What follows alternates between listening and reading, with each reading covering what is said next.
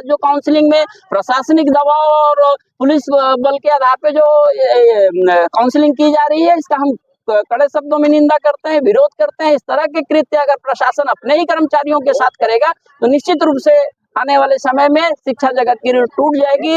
शिक्षा जगत में जो है बहुत विसंगतियां पैदा हो जाएंगी और जो गुणवत्तापूर्ण शिक्षा की बात की जा रही है, ये सपना साकार नहीं हो पाएगा। कल शाम को जो एक नई सूची जारी हुई और जो पहले सूची जारी हुई थी, उन दोनों सूची की अगर हम तुलना कर दे तो साफ दिखता है कि आपने त्रुटि किया है। तब तो इतना बड़ा परिवर्तन कल रात की सूची में आपको करना पड़ा। दूसरी चीज, जो आगे की लड़ाई की है, तो हमारे जैसे साथी ने बताया कि हम लोग कोर्ट तक की लड़ाई लड़ेंगे और आखिरी दम तक लड़ाई लड़ेंगे। इस तरह के अन्यायपूर्ण और विसंगतिपूर्ण कार्रवाइयों को हम कभी स्वीकार नहीं करेंगे। नमस्कार दोस्तों, आप देख रहे हैं खबरें गुल्लक यूट्यूब चैनल। शासन की नई युक्तियुक्तकरण नीति के तहत संभाग मुख्यालय अंबिकापुर में आज शिक्षा विभाग के द्वारा विरोध और नारेबाजी के बीच अतिशय शिक्षकों की काउंसलिंग की गई। अंबिकापुर के मल्टीपर्पज स्कूल परिसर में आयोजित काउंसलिंग प्रक्रिया के दौरान संयुक्त संचालक शिक्षा हेमंत उपाध्याय, जिला पंचायत सरगुजा के सीईओ विनय अग्रवाल, जिला शिक्षा अधिकारी अशोक सिन्हा मौजूद रहे। पारदर्शिता के लिए अधिकारियों के द्वारा काउंसलिंग प्रक्रिया की वीडियोग्राफी भी कराई गई। वहीं विभिन्न शिक्षक संगठन के पदाधिकारियों के द्वारा शासन के युक्तियुक्तकरण नीति को शिक्षा जगत के लिए काफी घातक बताया है और इसे शिक्षा की गुणवत्ता को ध्वस्त करने वाला भी बताया है। ये जो युक्तियुक्तिकरण की प्रक्रिया है, जिस दिन से इन्होंने इस पे काम चालू किया है, हम पहले दिन से इस पूरे प्रक्रिया का विरोध कर रहे हैं। सड़क से लेकर के हमारा संघर्ष न्यायालय तक होगा। हमारे साथी रायपुर में धरना प्रदर्शन किए, हजारों की संख्या में इस प्रक्रिया के विरोध में हमारे शिक्षक साथी आक्रोशित होकर के रायपुर के तूता मैदान में धरना दिए, रैली निकाले। आज हम यहाँ सवेरे पहुंच करके सरगुजा जिले काउंसलिंग का पूर्णतः बहिष्कार की घोषणा किए थे, पर प्रशासनिक दबाव के कारण काउंसलिंग यहाँ पर प्रारंभ हो गई और आगे के चरण में हमारे साथी न्यायालय जा रहे हैं। हम अब न्यायालय की लड़ाई लड़ेंगे और आगे जरूरत पड़ेगी तो पुनः फिर से सड़क की लड़ाई इस प्रक्रिया के विरोध में हम लड़ेंगे। ये जो पूरा प्रक्रिया युक्तियुक्तिकरण का हमारे छत्तीसगढ़ के शिक्षा व्यवस्था को चौपट करने का कुत्सित प्रयास है। साथ ही जो यहाँ पर सरगुजा जिले का काउंसलिंग का लिस्ट बनाया गया, जिससे शिक्षकों की काउंटिंग की गई है, काउंटिंग करने का आधार बहुत गलत है। जिन स्कूलों में पर्याप्त शिक्षक नहीं है, वहाँ भरा बताया गया है। जहाँ पर शिक्षक पहले से ऑलरेडी हैं, इनके मान के अनुसार वहाँ पर 2-2 पद और दिए जा रहे हैं। हॉस्टल शिक्षकों को अतिशय से बाहर रखा गया है, जबकि ऐसा कोई भी लिखित निर्देश नहीं है। ऐसी कई सारी विसंगतियां हैं। इनके ही नियम में, अपने ही नियम में ये लोग गलत कर रहे हैं, बल्कि हम तो पूरे प्रक्रिया का विरोध कर रहे हैं, लेकिन ये लोग जो नियम बनाए हैं, इनका नियम ये खुद पालन नहीं कर रहे हैं। देखिए, एक आध दो लोगों को अपना मन का जगह मिल जाए, भरे मन से लोग जगह ले रहे हैं, बाकी हर कोई इस प्रक्रिया से नाराज है, आक्रोशित है।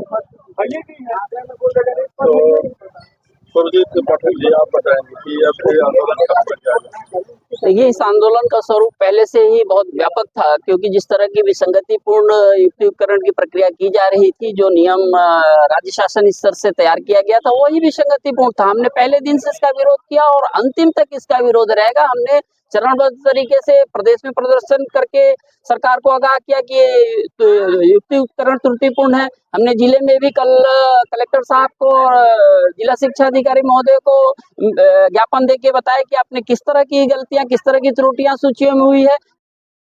मल्टीपर्पज स्कूल परिसर स्थित कार्यालय परिसर में आयोजित अतिशय शिक्षकों की काउंसलिंग प्रक्रिया के दौरान शिक्षकों को एक कमरे में बैठाया गया और बारी बारी से उन्हें काउंसलिंग के लिए अवसर दिया गया।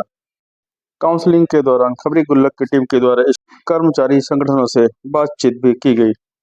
इधर जिला शिक्षा अधिकारी अशोक सिन्हा के द्वारा काउंसलिंग प्रक्रिया को पूरी तरह से पारदर्शी और निष्पक्ष बताया है। उनका कहना है कि शासन के दिशा निर्देश के तहत ही अतिशय शिक्षकों की सूची जारी की गई है और दावा आपत्ति का निराकरण करने के साथ ही जून 2025 से काउंसलिंग की प्रक्रिया शुरू की गई। आज पहले दिन प्रधान पाठक और सहायक शिक्षकों की काउंसलिंग की गई, जबकि 4 जून को प्राचार्य, व्याख्याता, प्रधान पाठकों की काउंसलिंग की जाएगी। अतिशेष की श्रेणी में आई कई महिला शिक्षक काउंसलिंग के दौरान काफी तनाव में दिखी। दोस्तों, चैनल को लाइक करें, सब्सक्राइब करें और ज़्यादा से ज़्यादा शेयर करें। अतिशेष कर्मचारियों के द्वारा भी यह आरोप लगाया गया है कि अतिशेष सूची में काफ़ी गड़बड़ी है। शिक्षा विभाग के अधिकारी अतिशेष के मापदंड में विषय चक्र को बता रहे हैं, जबकि कई विद्यालयों के शिक्षकों को अतिशेष करते समय विषय चक्र का ख्याल नहीं रखा गया है। दोस्तों, विश्वसनीय और ताज़ा घटनाओं से जुड़े रहने के लिए खबरी गुल्लक चैनल को लाइक करें, सब्सक्राइब करें और ज़्यादा से ज़्यादा शेयर करें। दोस्तों, वीडियो को अंत तक देखें कि किस तरह काउंसलिंग की प्रक्रिया आज पहले दिन हुई।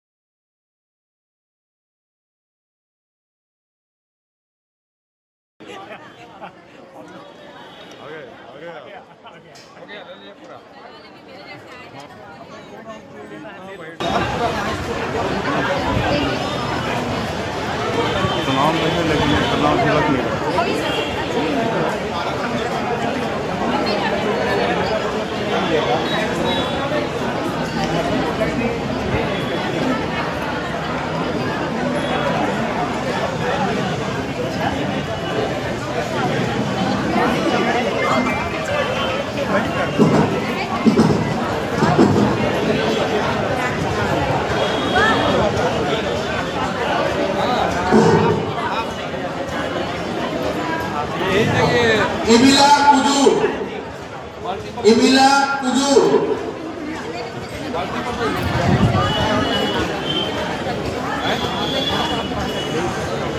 श्रीमती उषा